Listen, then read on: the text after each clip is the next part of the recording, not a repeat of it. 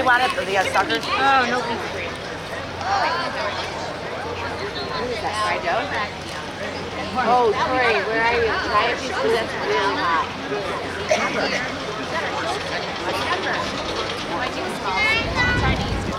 Thanks, Tori. Hello, New York! How are we doing today? A little better yesterday with the rain. Glad to be out here. Glad to be bringing this show to you. My name is Seth Little, and I am the Troop C Senior Diver. And I will be your guide through this underwater adventure. Sounds exciting, doesn't it? Yeah. I'm going to introduce you to the rest of the gang. Not much your feet. First of all, our fearless leader, Tech Sergeant Neil Case.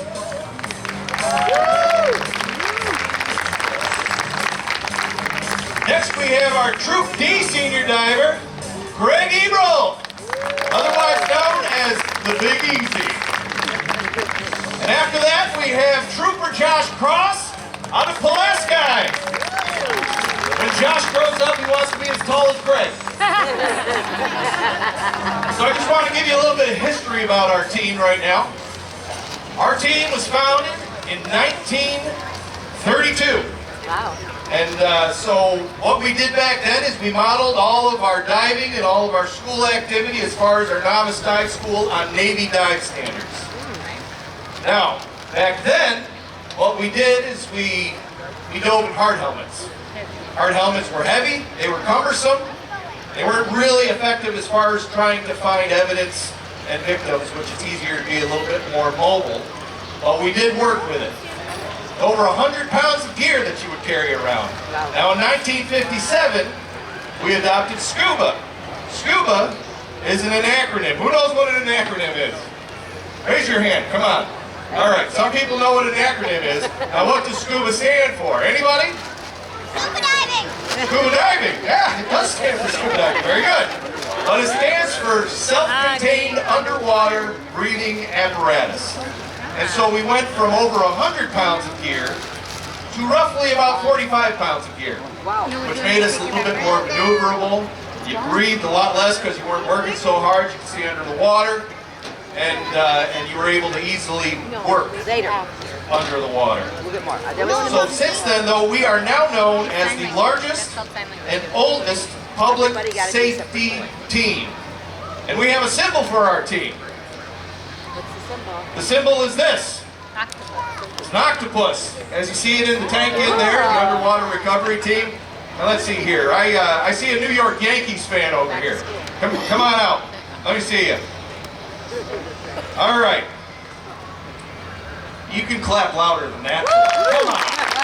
He's the Yankees fan there. What's your name, young man? Jackson. This is an octopus, right? How many legs does this octopus have? What was that? Has 8 legs. Okay, so this next question, little hint, the answer was in the last one, okay? How many teams do you think the New York State Police has as far as dive teams? 8, all right, give it up to Jackson, here you go. We have 8 teams. And we have our fearless leader there with the big head there in the middle. That'd be Neil Case. Nice to see you. Thank you, Sarge.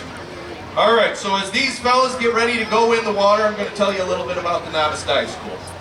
So, in order to get to the Novice Dive School, first you have to pass an arduous and just a strict, rigid standards in order to get to the school itself. You have to have a tryout. And then once you get to the school, you're not even guaranteed a spot. You have to make it all the way through. And the State Police Dive Team is actually known for the largest dropout rate as far as the school and the tryouts. We lose 1/3 of the people. My class started with 32, and we actually only graduated 19. So this is not easy stuff. It looks nice, it looks relaxing, but this is hard stuff. So let's go give those guys a hand again. Come on, I made it through that. So these guys, their best equipment right now is their buddy. You never go diving alone, okay? So So before you go in, I'm sure that they checked each other's equipment. You guys checked each other's equipment? Make sure everything's working? Go ahead and go in the tank.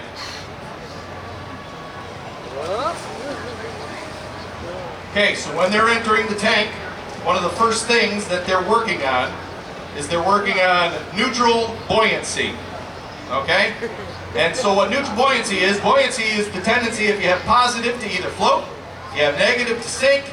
Neutral means you're static, you're just staying still. And it takes a lot of years as a diver to be able to learn this skill.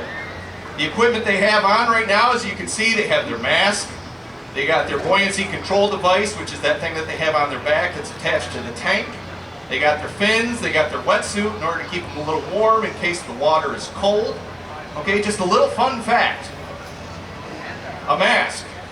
If you're wearing a mask underwater, things underwater actually appear 33% larger or 25% closer. So, for Josh, if you were to look at Josh underwater, he would look like a normal sized man. Okay? Now, if you look at Neil, Neil looks like the giant of a man. Right? Oh yeah. Oh, come on, Josh, that's not nice. Man. Well, we'll let those guys fight it out. One of the things that we also do in the novice dive school is we dive depth.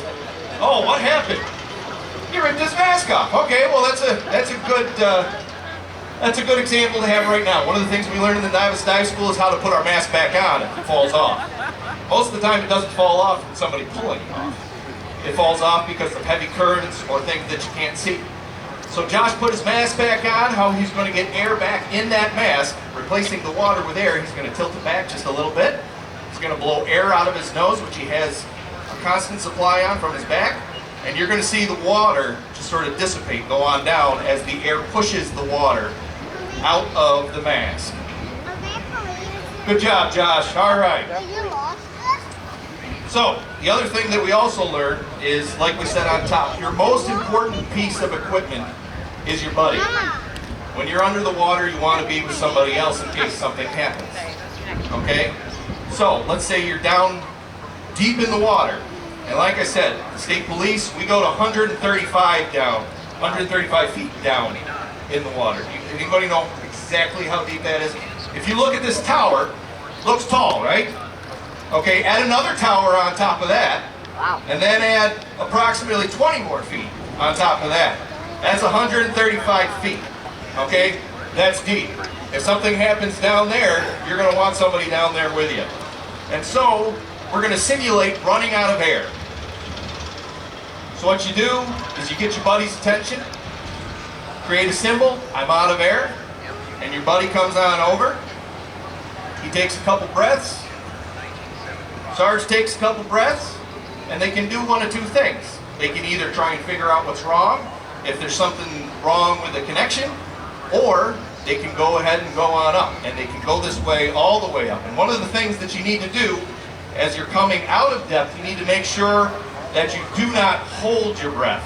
Okay, it's a funny thing. In the novice dive school, before we're actually given equipment, one of the things we have to do is hold our breath because we have to swim underwater without the pack on our back first. But one of the first things that you learn as a diver is never hold your breath. This tank, which is 12 feet tall, if they were to take a deep breath on the bottom of the tank and they were to come up, they would actually blow a lung out if they did not breathe out. And that's because of the expansion of air. Okay, as he is down to depth, the pressure is, you wouldn't think it would be that great, but it's great enough so that as he comes up, his lung then comes out and the air molecules, they expand, and he would blow his lung out. So we don't want that to happen. What Sergeant Case is doing right now is he is demonstrating the ditch and dawn. Okay, so if something happens, we're taught to take our gear off underwater. We're taught to sort of troubleshoot, figure out what's wrong. If we can figure out what's wrong, then we can put our gear back on. If we can't figure out what's wrong, then we're going to leave our gear. And we're going to have our buddy come over and help us, and we're going to go back up to the top. And then, you know what? Our motto is, if it's in there, we'll find it, so we'll go back and we'll get it later, okay? All right, good job, guys. So So there's another reason why you would do this ditch and dawn, okay? About a year ago, anybody remember what happened over in Thailand? Right? Soccer players, right? These young soccer players, they ended up going cave exploring, which, for the most part, sounds like a nice thing to do, you know, have a coach take your kids out and do that. But what he wasn't planning on is that there was a monsoon on its way. And so quickly, it rained. And it rained a lot. And they were a couple miles back in the cave, and they kept going back further because the water kept rising up. Okay? And so, what Josh Cross is going to demonstrate here is what these divers had to do in order to get to those kids that were miles back in the cave. Public safety divers from all over the world, a lot of Navy SEALs, a lot of experts that came out to help in order for this humanitarian effort, in order to save these children. And so they would swim with their gear out in front of them, and they would get the kids, and then, you know, once they got the kids, they were able to talk to the kids, tell them how they, you know, what they were going to do, what the plans were, and they got every one of those kids out safely. That's amazing. That really is amazing. And so, Josh, good job. What do you show them?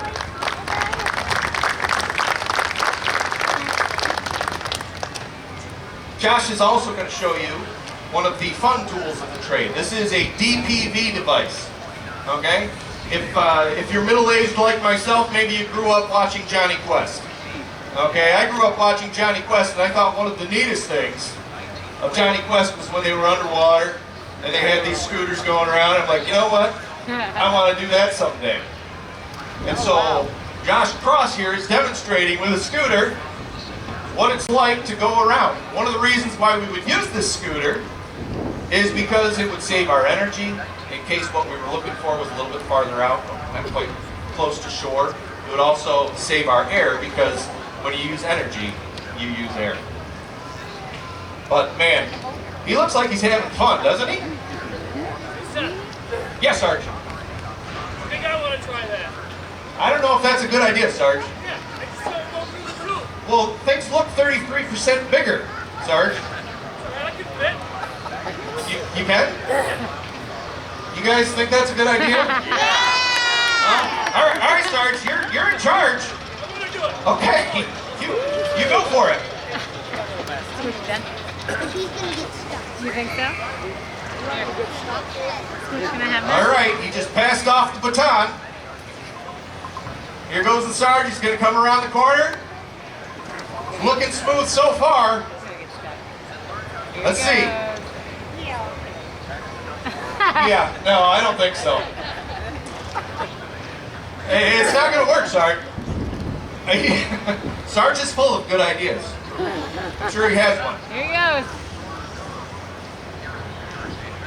Oh, all right. Let's hand it off to him. Good job. One of the other tools that we use in our repertoire would be, you know, we're known for finding things. Our saying is, if it's in there, we will find it. Okay? And the reason that we'll find it is because we have an absolute foolproof way of doing things with our line search. Okay? If it's in the area where we're putting down a line search, we're going to find it. We're confident of that. And so Trooper Cross is showing you here, there's a line, and there's 2 weights attached to each line. Okay? And so what Trooper Cross, he's going to sort of go across the line, somebody drops some evidence in there for us to find, he moves the weight over. Now one of the things that's important to realize is that the water we're diving in, it's this dirty. Okay, this is what it looks like, and that is the absolute honest truth. Okay, you can't see your hand in front of your face. You basically follow an up line down to your weights, and then you go around. Now I think that this is probably a little bit too easy on Trooper Cross. Don't you think, Sarge? So that's the kind of water we're diving right there, right? This is, yeah. So it's not really fair that he's one nice and deep pool right now. No, it's not fair at all. I think we should have him do that search with this black down bag. Okay, I think that's a good idea. Josh, are you ready to impress? Come on. No? No? We're going to throw you down another mask. That one's too clean, okay? Here. No, right here. Right here. See, you can't even find the mask. All right. Really? Yeah, we're serious. We're serious. Okay, so what he's going to do is he's going to take his mask off, and then he's going to put the mask on that has tape covering it. And this is actually what we do as well in the novice dive school. Okay, when we're searching in pools, when we're getting ready to go out into actual water before we go into the water that's like this, we go into a pool with a blacked out mask. So that way we know what it's like. And we can tell who's claustrophobic, and we can tell who's nervous when they can't see anything. And a lot of times after people get a mask on like this, they'll drop out of the class because they don't feel comfortable anymore. Okay? So Josh is going down the line. He's going to move the weight over just a little bit, not too much, so that as he's on his way back, my guess is this time he's going to find what he's looking for. And did you see how he had to move that tunnel there? Well, we run into tree limbs, we run into rocks, we run into all sorts of things that we have to maneuver around and just be careful where we're looking. Hey, all right, he found it. Let's give him a hand.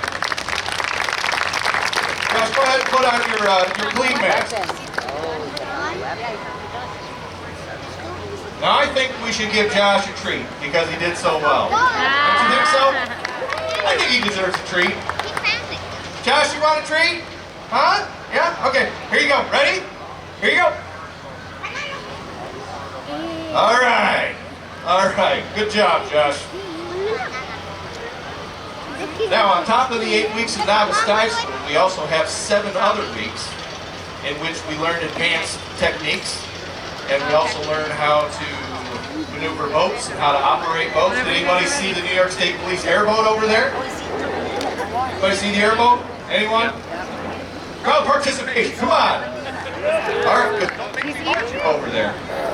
All right, there's an airboat over there, there's a sign over there, okay?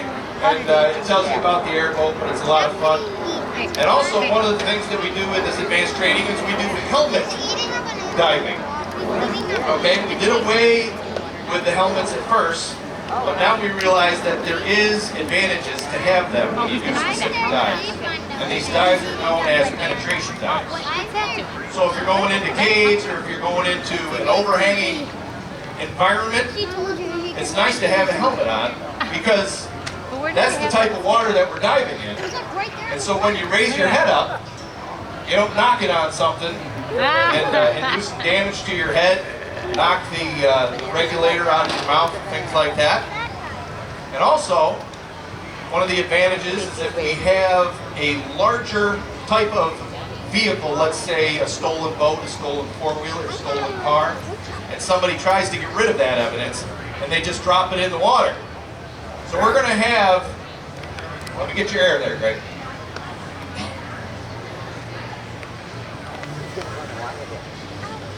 We're going to have Trooper Greg Ebro, who's going to demonstrate the hard helmet dive for us.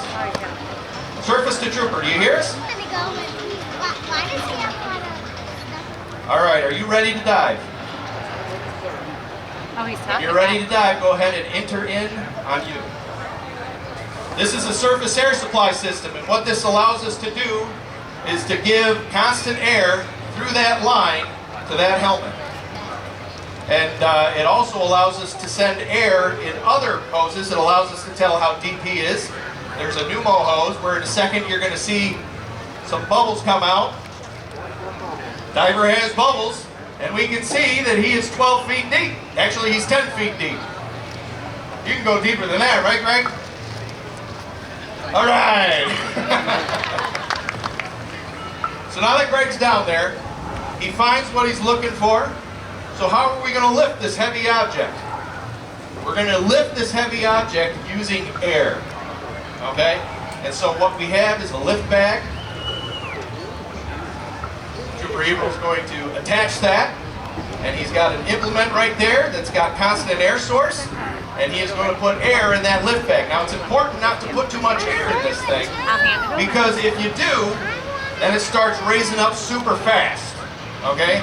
And all of a sudden the thing explodes to the surface because as it rises, the the air expands, which means it goes faster as it rises.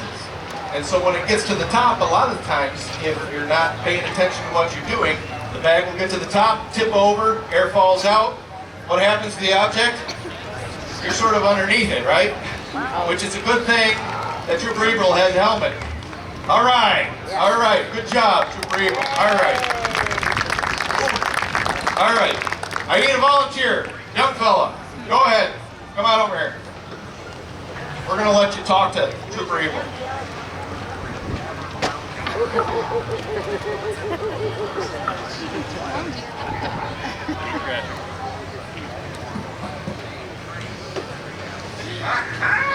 All right.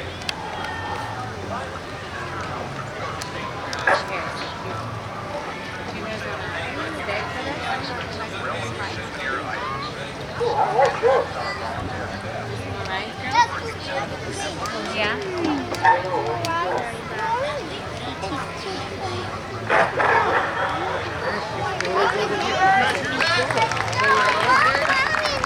There you go.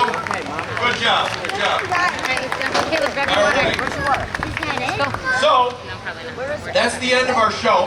I'm going to give it over to Sergeant Case.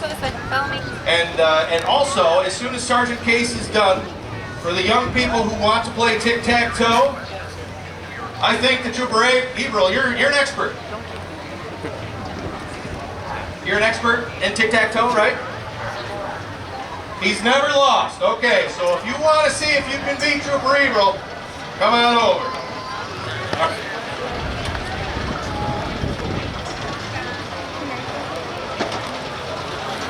No, okay, I'll take over for him. Basically what he was going to say is that the men and women of the New York State Police that are on the dive team, that, you know, this is a fun little demonstration. But every day, we're willing to put our lives on the line in order to make sure that people have resolution. If somebody drowns in their family, we want to be able to have close to that. And we also participate in making sure that cases are locked up solid with evidence. And so I just would ask you, give these guys a hand again, thank them, and we appreciate you coming out and participating. Thank you very much. If you have any questions, I'll be around. Feel free to ask.